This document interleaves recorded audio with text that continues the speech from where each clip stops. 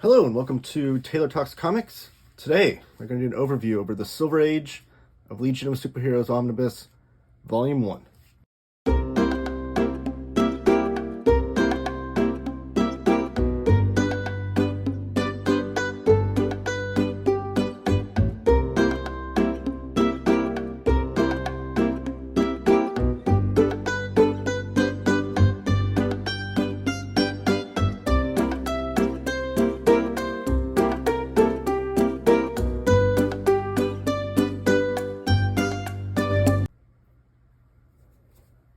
Okay, so we're back. Please give the video a thumbs up. Subscribe if you haven't already. Hit the bell notification icon so you don't miss a video. And share it with all your comic book loving friends. I'd really appreciate that. Be the best way to support the channel for free. Would be to share it with your friends. So this is DC The Silver Age Legion of Superheroes Omnibus Volume 1. This is my first ever interaction with this team, this group, this sector of the DC universe. Show off the spine here. Has the classic DC silver, gold, Bronze Age omnibus trade dress that they were doing for those three eras of books. The image right here is just the cover, or no, sorry, the cover of, the image up here is the cover of issue number 1. And then you have the band there. It looks very nice and sleek. And then on the back here. And real quickly, I'm going to show you what these look like on the shelf with all three volumes together, and some other Legion of Superheroes hardcovers I have. So real quickly, this is all the Legion of Superhero hardcovers, I think, in existence, besides the archives, which I'll tell you about real fast. But this is the one that I'm reviewing now for you guys. Volume 2 and Volume 3. Volume 1 is Volume 2 is just the dust jacket because I'm actually reading it. But that's how they look like on the shelf. Real nice. Volume 1, 2, and 3. And then there's these 4 standard size hardcovers, and then these 2 oversized hardcovers, and then the 2 5 years later omnibuses.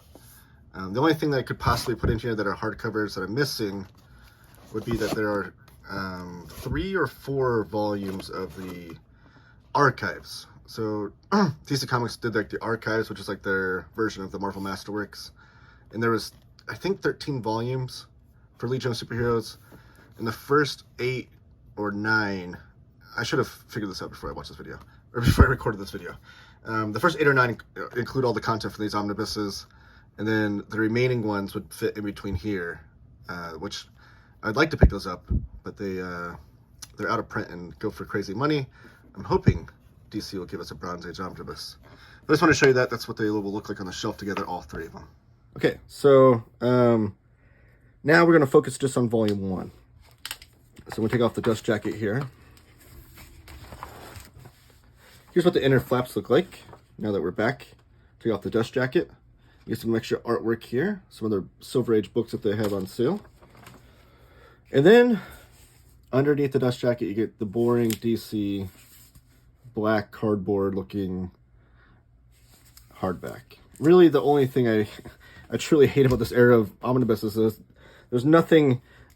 no imagination in the backboard here, but whatever. The inside and the dust jacket look great, so what can you do? I'm gonna open it up here. Get some more images of the great heroes you'll find inside this book. And here too. And this has like a little bit of credits for who's included, and then the thank yous and the special arrangements with the Siegel and Schuster family for the usage of the super characters, Superman and Supergirl. Some more great images here, and a great table of contents. That's one thing that DC, they don't do the best in their modern era omnibuses with their table of contents, but this era, like Gold, Silver, and Bronze Age, they do a great job with their table of contents. Having page numbers, and then having all of the credits for anyone included. And then it even has like all covers by Kurt Swan, inked by George Klein, except where noted, so they'll specify that as well. Just great table of contents that I constantly am referring back and forth to try to find out my favorite artists and writers of the Legion superhero era. You even get good border around the table of contents with some panels of the book inside, so that looks cool too. Some cool book design. Here's a foreword by Mike Gold, I believe. Yeah, Mike Gold, that he wrote in 1991. So I wonder if he wrote this for the DC archives that I talked about that included the same material. But right away you can see some of the great wacky characters you'll find in this book. So you have Elastic Lad, Lightning Lad, and then Matter Eater Boy, who's one of my favorites. That's exactly what a superpower is that he can eat matter. So the foreword's really good. It gives you a little bit of insight onto who these characters are and whatnot. And they're created by Otto Binder, and that's kind of where what finally got me to buy this, because Jess Bragg on Omnidog's Vault did an overview of this book. Back when I was getting... I'm sorry, I keep clearing my throat. I've talked about this on my channel before, but I had a lull where I wasn't reading comics for a few years. And on my way back, I was looking up YouTube channels, and I found Omnidog's Vault from Jess Bragg. And this is an overview he did. And I love Silver Age comics. I always loved Silver Age Marvel. So I wanted to try out this. And then finally the thing that got me to buy it was I listened to the audiobook of Otto Binder's biography. And Otto Binder was a fascinating guy, a writer, who wrote back in the sci-fi pulp era, but then went on to write comic books as well. And he was the co-creator of the Legion of Superheroes. And the story behind them is that they are from the year 3,000. They're 1,000 years into the future. So, and it stays pretty in line with like 1,000 years from the future of the era that this was written. And this first issue came out, or their first appearance was April 1958 in Adventure Comics 247. So I guess it would be 2958 is where they're from. And then this first issue, Superboy, who before Crisis events and whatnot, Superboy is just the teenage version of Superman. It's kind of like Superman's earlier tales, his teenage years, if you will. And he visits these superheroes. You see Cosmic Boy, Saturn Girl, Lightning Boy. And they kind of challenge, and that's what the thing is on the cover, is that they're like, I'm sorry, Superboy, we cannot admit you to the superhero club. Your low scores on the test we gave you proves that your powers are too ordinary. So they all vote no. And this cover's been homaged a bunch of times and by other people since then. But imagine Superboy, how can he not be good enough for a team of superheroes? Well, this is the future. So things are more advanced. So maybe he isn't good enough, if you will. So at the end, though, you really get kind of a moral story to it. And I don't want to spoil it, but you get kind of a moral ending to the story, kind of a twist ending, if you will, where the three, and he changes his name to Lightning Lad in a second appearance, but Lightning Lad, Saturn Girl, and Cosmic Boy come to the realization that there's more to it in the world than just superpowers and whatnot. So as you can see in the further adventure, Superboy is admitted into the club. And that twist ending in the first issue really hooked me into wanting to read even more of this. It really kind of made me a Legion fan going forward. So the first couple issues only include those three Legion superheroes and then Superboy. And then the great thing about this comic, though, so that hooked me, but what kept me going was that the cast of characters in Legion of Superheroes is so vast. Here's them meeting Supergirl, which is my first time reading any Supergirl comics, which I've since bought both of the Silver Age omnibuses of Supergirl because there's a lot of Otto Binder writing in those. And I really like this issue as well. So this kind of really was a spiral into me looking into more Silver Age DC. And that's when I want to give a quick note, too, is that on May 20th, Saturday afternoon at 1 p.m. Eastern, I will be showing up on the Omnidog's Vault channel, the aforementioned Jess Bragg's YouTube channel, where we'll be discussing Silver Age DC comics and how we both think they're great. Jess grew up reading them off the racks. I've now since read them as an adult, and we think that they deserve to be read by more modern readers than they are, and that we think that they would appeal to modern readers if they would just give them a chance, that they're not just hokey, silly, old comics that people might think they are.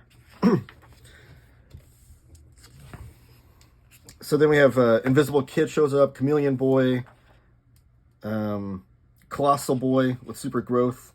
All their characters names end with lad, boy, girl, lass. So they're pretty generic almost in that regard, but it's pretty charming. And that's the one word I would just use to describe that these comics are. They're just straight up charming.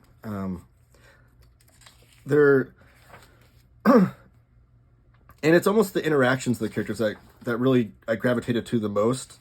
It wasn't necessarily the battles they get into with super villainy or whatnot, like because the heroes here in Legion of Superheroes, they all have a lot of Deus Ex Machina type powers, where any sort of trouble they get into, they solve the issue pretty quickly. They might run into a little bit of an issue here or there, but for the most part, they get in and out of situations rather easily.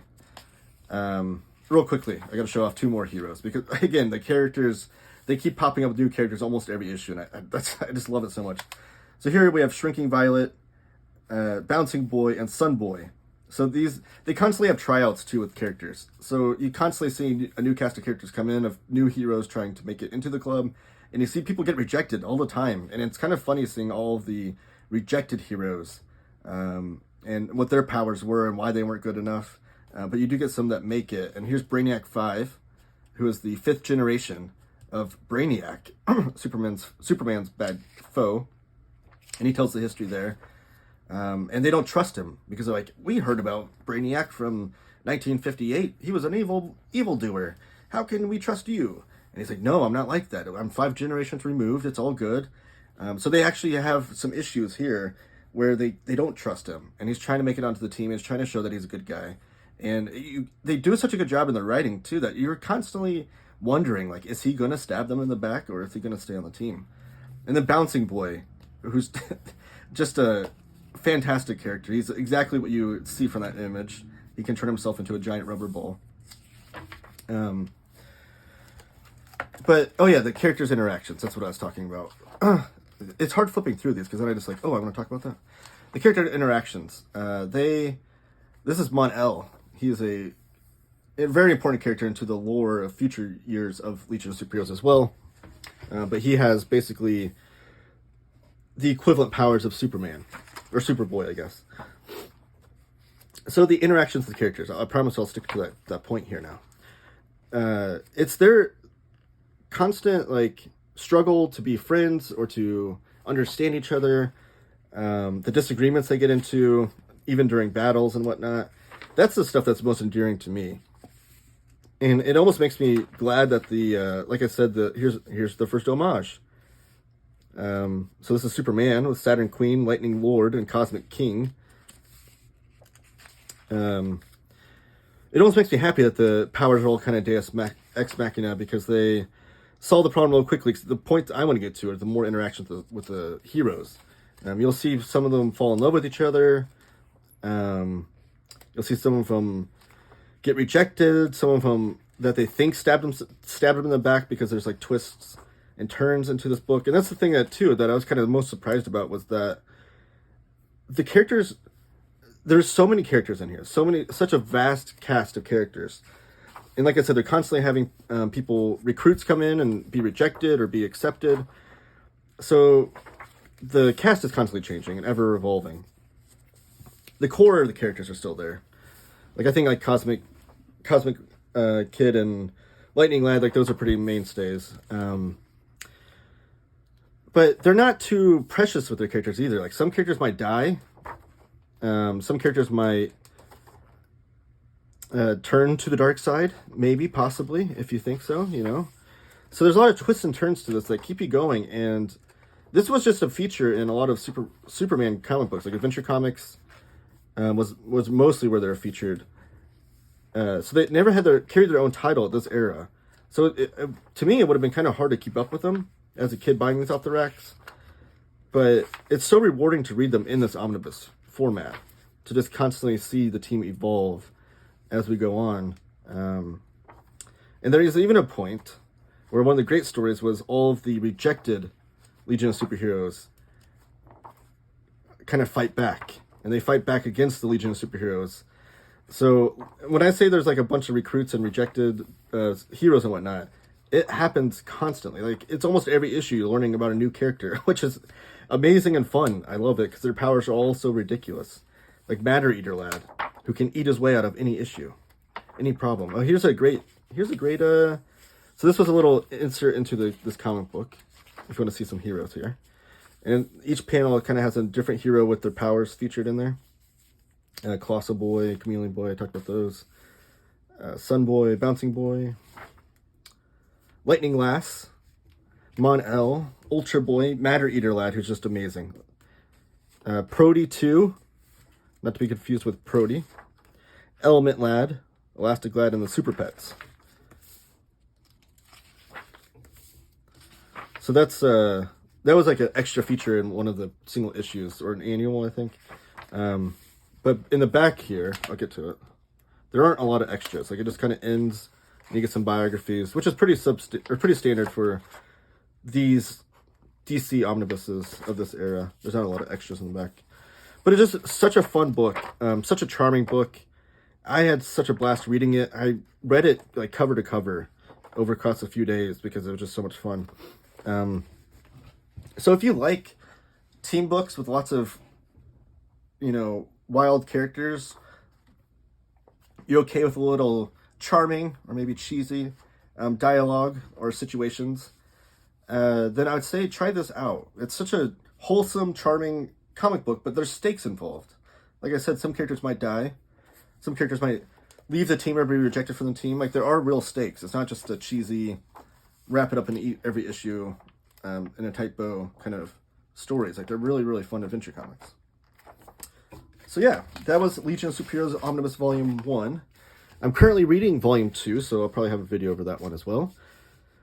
And like I said, May 20th, join me on OmniDog's Vault. Go ahead and subscribe to his channel, Just Brag, where I'm going to be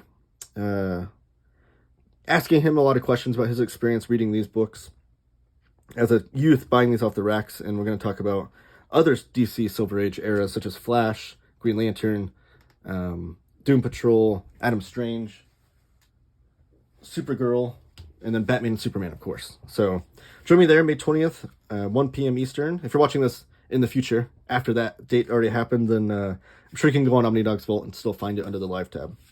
But thank you. Be sure to subscribe and give the video a thumbs up. I appreciate that.